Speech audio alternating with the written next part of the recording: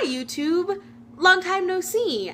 I'm JT. I haven't made a video in approximately 1,000 years, but here I am. I have been very busy. What have I been up to? Well, first of all, I went to an Ed Sheeran concert. Here's my Ed Sheeran t-shirt. Here are my Ed Sheeran shorts. And that was fun.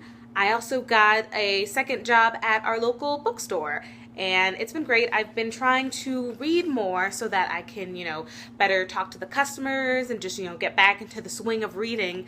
I have a really low, reasonable goal of reading 25 books a year on Goodreads, and I'm almost halfway through, and I was just flipping through some of the things that I've read this year. It's like Vivian Apple at the End of the World, The Raven Cycle, which is 3 books by Maggie Stiefvater, Vengeance Bound, Cruel, All My Friends Are Superheroes, and The Raven Cycle was so good. Like, I highly recommend those books. And then the rest of the things on the list weren't. Now, everybody reads bad books every once in a while, but I remember being a kid and it seemed like every book I read just gave me something and it was so amazing. And now I feel like increasingly these books are just not meeting my expectations and I'm just not having fun reading anymore. Which is why, despite the fact that every time anyone talks to me, all I say is, oh, I'm so busy, oh, I work 2 jobs, I don't have any time, bye. I am deciding to take some time out of my busy schedule to compete in the BookTubeAthon. Now, if you don't know what the BookTubeAthon is, then that makes sense. It's something that goes around on the book reviewer part of YouTube, and that is not something that I have been a part of. I have reviewed maybe 2 books in my entire video making career. They have this annual thing called BookTubeAthon where YouTubers have a book reading marathon. They read as many books as they can. I think it's 7 days straight. They have challenges for making videos, challenges for books to read, and it's just a big community trying to read as much as you can. It sounds fun. So this year I think I'm actually gonna do it. Mostly just because I really like challenges and I really like finding things that fit those challenges. So let's say what they are now. The first challenge for BookTubeAthon is to pick a book with blue. I picked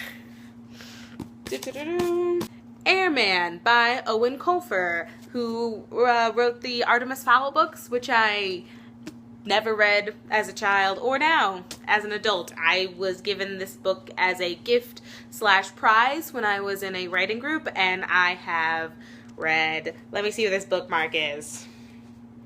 I've read the prologue, so 17 pages.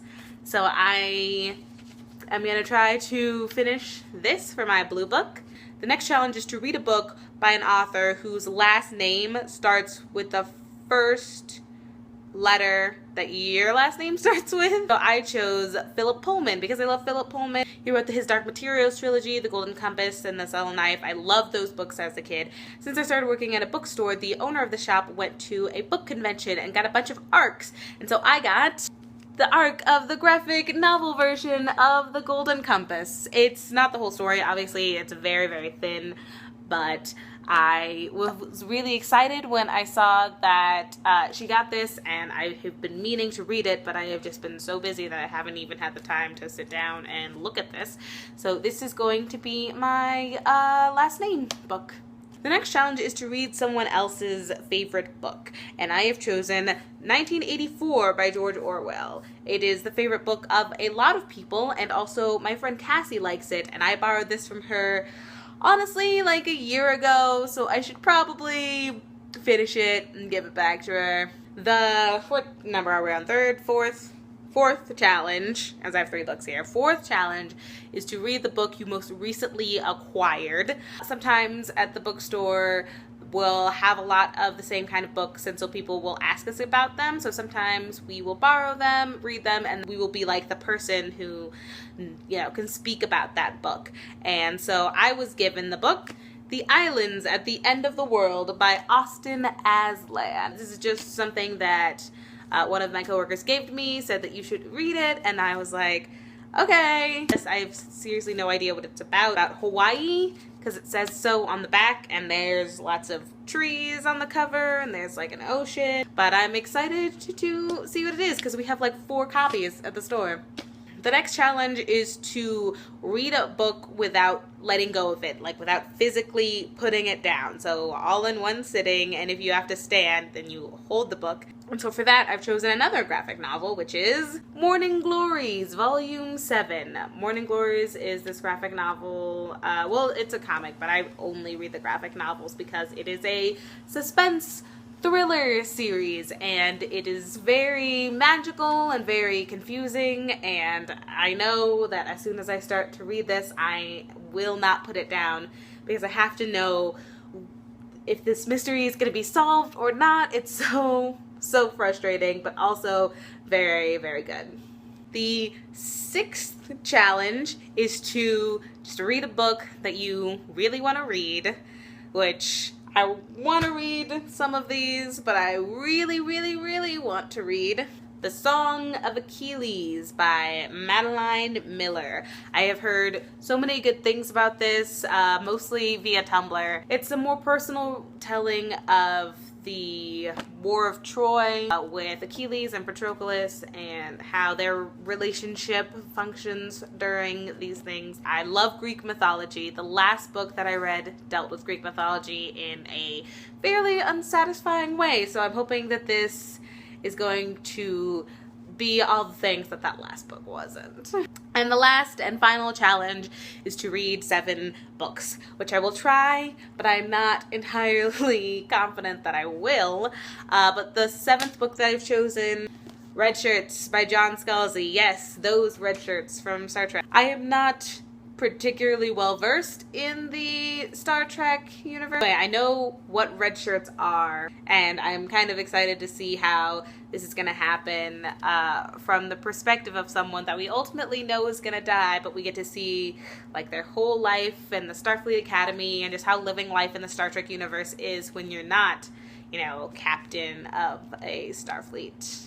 So those are the books that I've chosen for the BookTubeAthon, but because the reason that I have delved so deeply into this is because I have been so underwhelmed by the books lately, I also have comics to read when I, you know, get bored or just need a change of pace. I have these backup books. I have The Girl with a Pearl Earring. I have Sinner, which I think is part of a series and not the first one, but it's an arc that we had that I thought looked pretty, so I picked up. And I have Hack Slash, which is another graphic novel that I've been meaning to read. So I have all these things on backup to pick up whenever I want to, you know, get a break from these thick things. I look forward to lying in bed and just not paying attention to all of the responsibilities that I have for just a few moments while I can read these books. It's both The Song of Achilles and Golden Compass, and whatever the first one I said, I'll have blue on the cover. So hopefully I'll be able to mush a few of these challenges together if I don't get through all 7 books. So if you guys are doing BookTubeAthon, please tell me in the comments below. I will link to like the channel and all the information down there and the name. I am excited for whatever is gonna happen here, whether I win or whether I just read a little bit. That'll be fine too. But I hope to make a couple of the video challenges that they have just to get back into the swing of things, because, you know, making videos is fun. I don't do this very often, but, you know, it's nice when I do, and I know all of you have probably forgotten about me, but here's my face on your feed again in case you want to remember me. Anyway, that's all for me. I hope you've had a good day, and I'll talk to you later. Bye, YouTube.